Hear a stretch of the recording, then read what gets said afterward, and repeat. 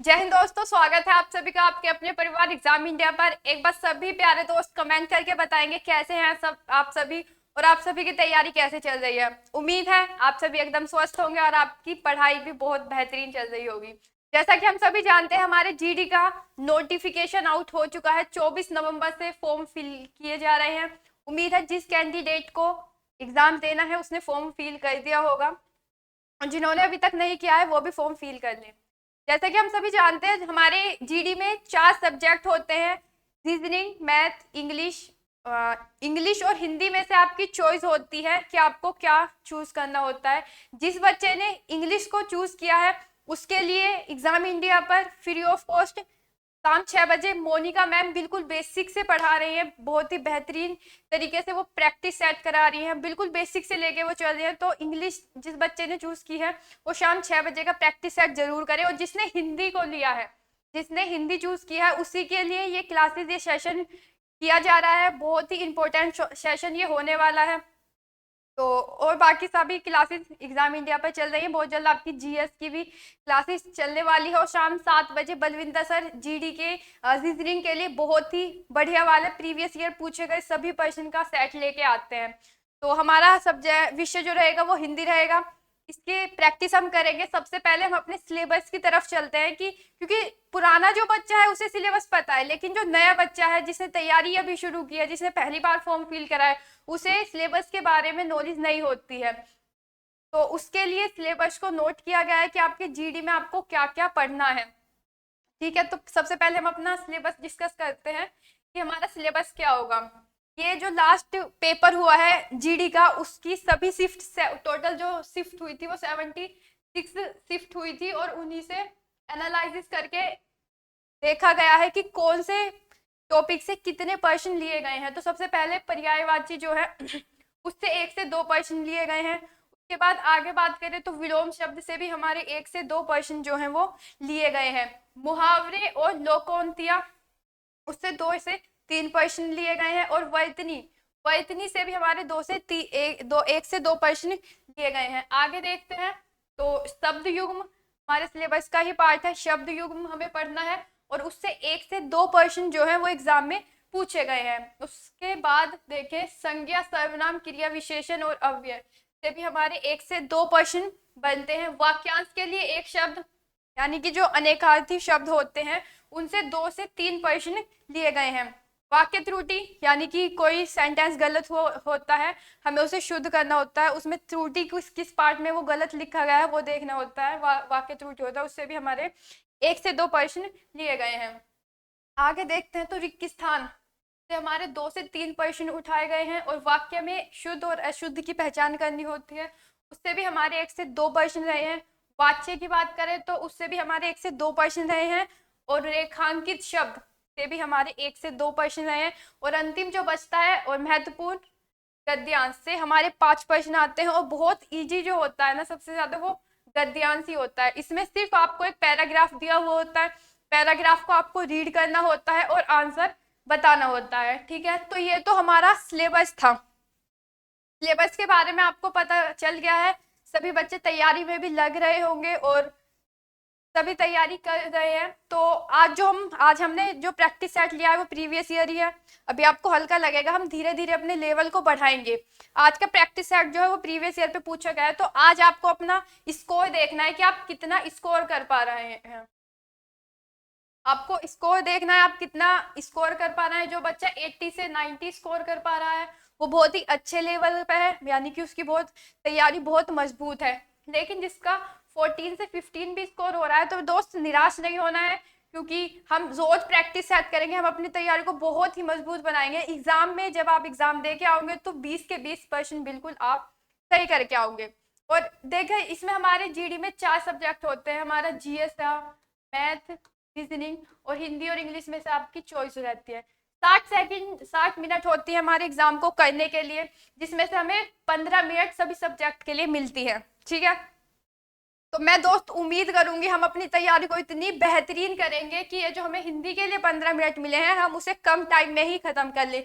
और जो वो हमारा टाइम बचेगा हम अपने मैथ और रीजनिंग में लगाएंगे, क्योंकि मैथ, आपको मैं बता दूं, जीडी का मैथ कोई ज्यादा टफ नहीं होता है, सिर्फ कैलकुलेटिव ज्यादा होता है। तो इसलिए लोग आगे बोलते हैं कि जीडी में जो मैथ पूछा जाता है वो बहुत हार्ड होता है, लेकिन वो हार्ड नहीं होता है, सिर्फ कैलकुलेटिव ज्यादा होता है। तो यहाँ पे जो आप हिंदी के टाइम स्कोरिंग करेंगे वो अपने आप मैथ और रीजनिंग में से दे सकते हैं। और वो कैसे होगा, जब आप डेली प्रैक्टिस सेट करेंगे, डेली रिवीजन करते रहेंगे चीजों का, तो वो बहुत इजीली हो जाएगा। ठीक है, तो बिना देरी के आज के अपने प्रैक्टिस सेट के पहले सेट पे बढ़ते हैं। और आप लोगों को स्कोर जरूर शेयर करना है अपना कि क्या रहा आज आप लोगों का स्कोर। तो पहला प्रश्न ये रहा आपकी स्क्रीन पर, अनाथ का विलोम शब्द बताना है, क्या होगा? अनाथ का विलोम शब्द क्या होगा? निर्धन, सनाथ, बेकार या फिर अज्ञात। तो अनाथ जो होता है जिसके माता पिता ना हो उसको अनाथ बोला जाता है, और अनाथ का जो विलोम होता है वो होता है सनाथ, जिसके माता पिता हो अर्थात सनाथ। निर्धन की बात करें, निर्धन के विलोम की बात करें, तो निर्धन का जो विलोम होता है वो धनी होता है। बेकार का जो विलोम होता है वो मूल्यवान होता है। उसके बाद अज्ञात का जो विलोम होगा वो क्या होगा? ज्ञात। अज्ञात का विलोम ज्ञात होगा। तो ये था हमारे क्वेश्चन का उत्तर। आगे बढ़ते हैं। दिए गए वाक्य के लिए एक शब्द क्या बनेगा? दिए गए वाक्य के लिए एक शब्द बताना है, क्या बनेगा? जिसके आर पार देखा जा सके, जिसके आर पार हम देख सकते हैं, उसके लिए हम क्या शब्द यूज करेंगे? दूरदर्शी, पारभाषी, पारदर्शी या फिर अपारदर्शी। तो जिसके आर पार देखा जा सकता है वो होता है हमारा पारदर्शी।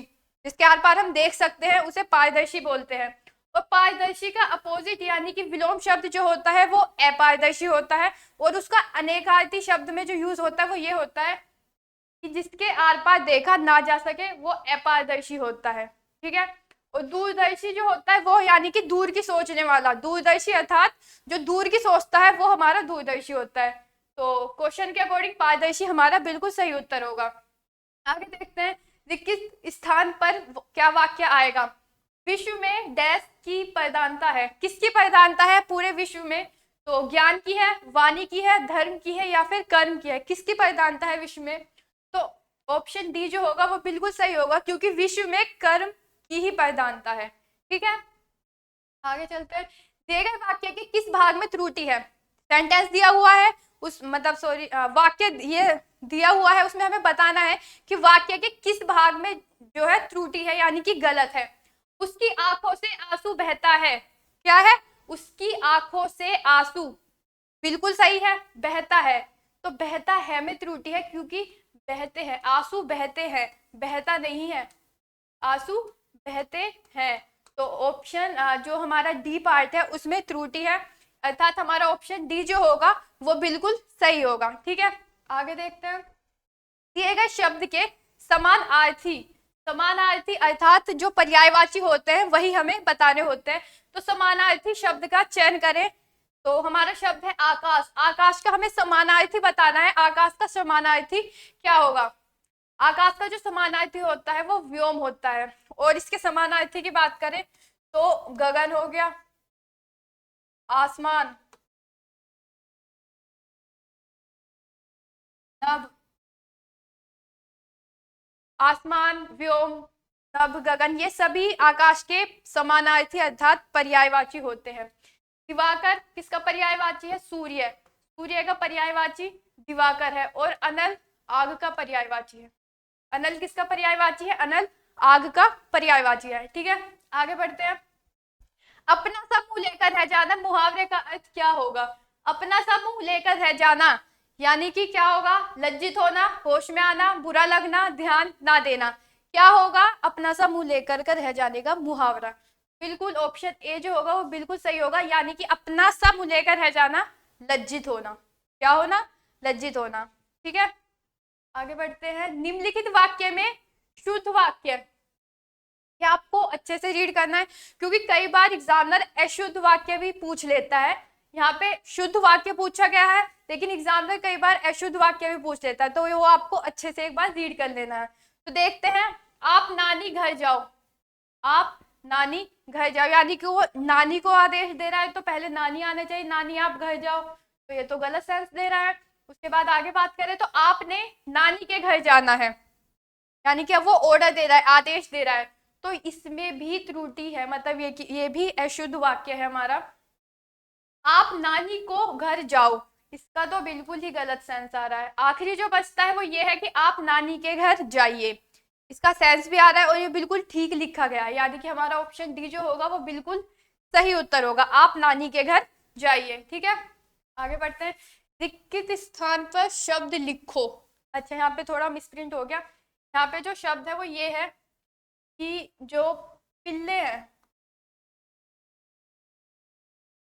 ये डैश बच्चे हैं।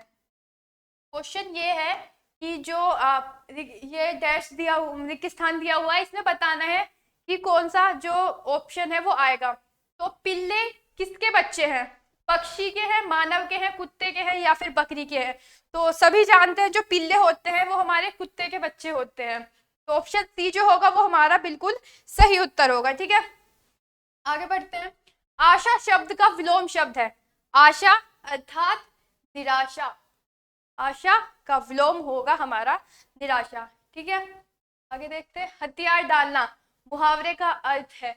हथियार डालना मुहावरे का अर्थ है जीतना, हार मानना, आराम करना या फिर क्रोध करना।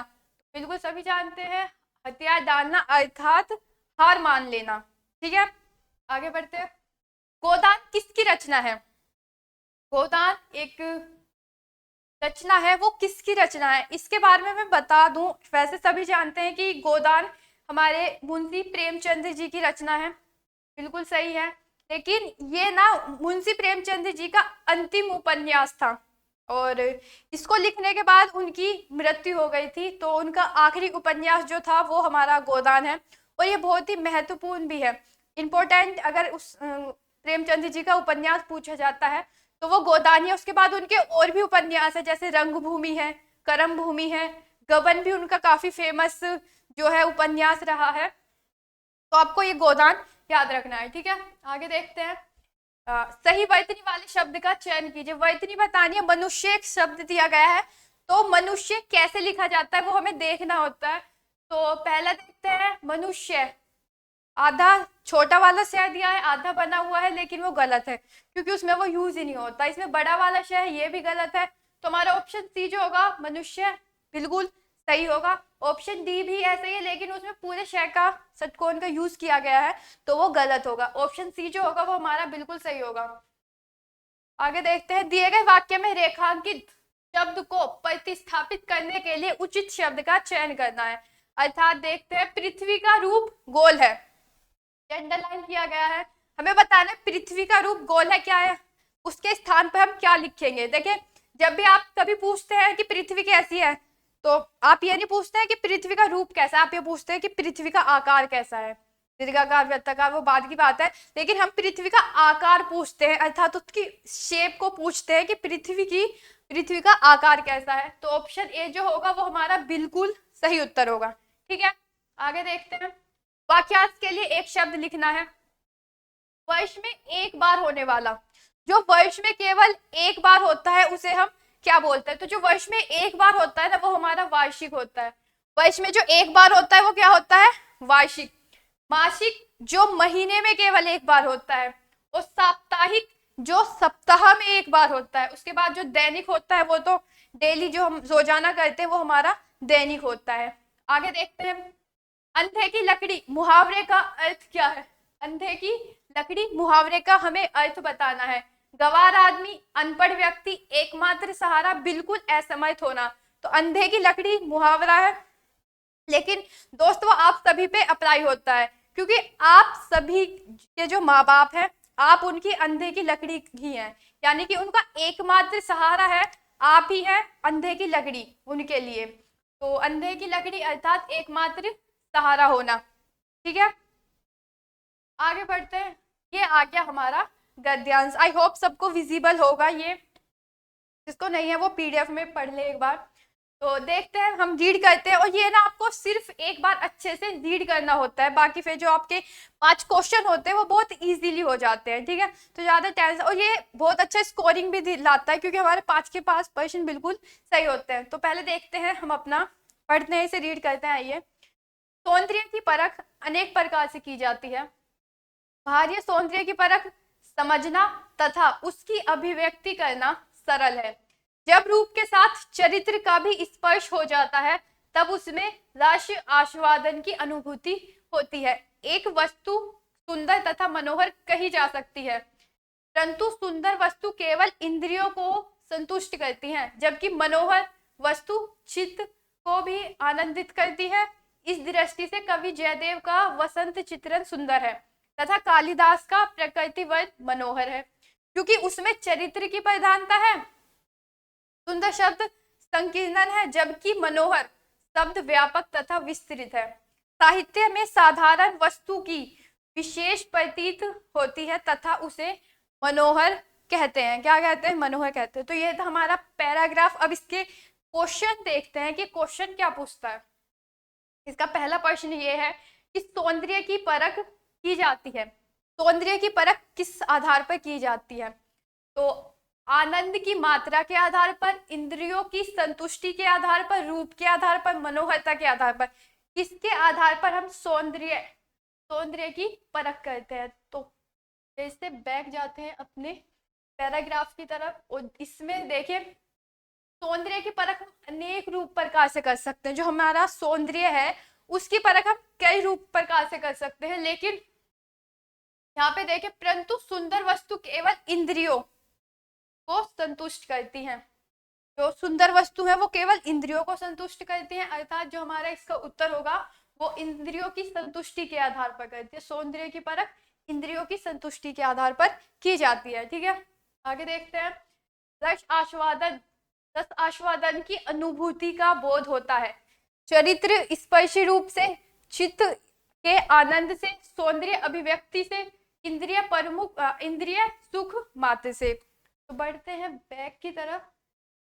यहाँ पे हमारी जो रस आस्वादन की अनुभूति देखे, जब रूप के साथ चरित्र का भी स्पर्श होता है तो हमारा क्या हो जाता है? रस आस्वादन हो जाता है। जब रूप के साथ हमारे चरित्र का भी वर्णन किया जाता है तो हमारा रस आस्वादन हो जाता है।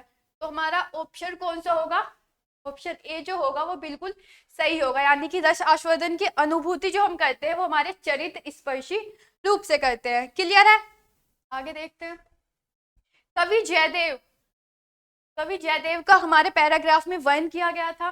चित्रण सुंदर है पर मनोहर नहीं, क्योंकि जो कवि हैं, कवि जयदेव का वसंत चित्रण सुंदर है पर मनोहर नहीं, क्योंकि देखते हैं क्योंकि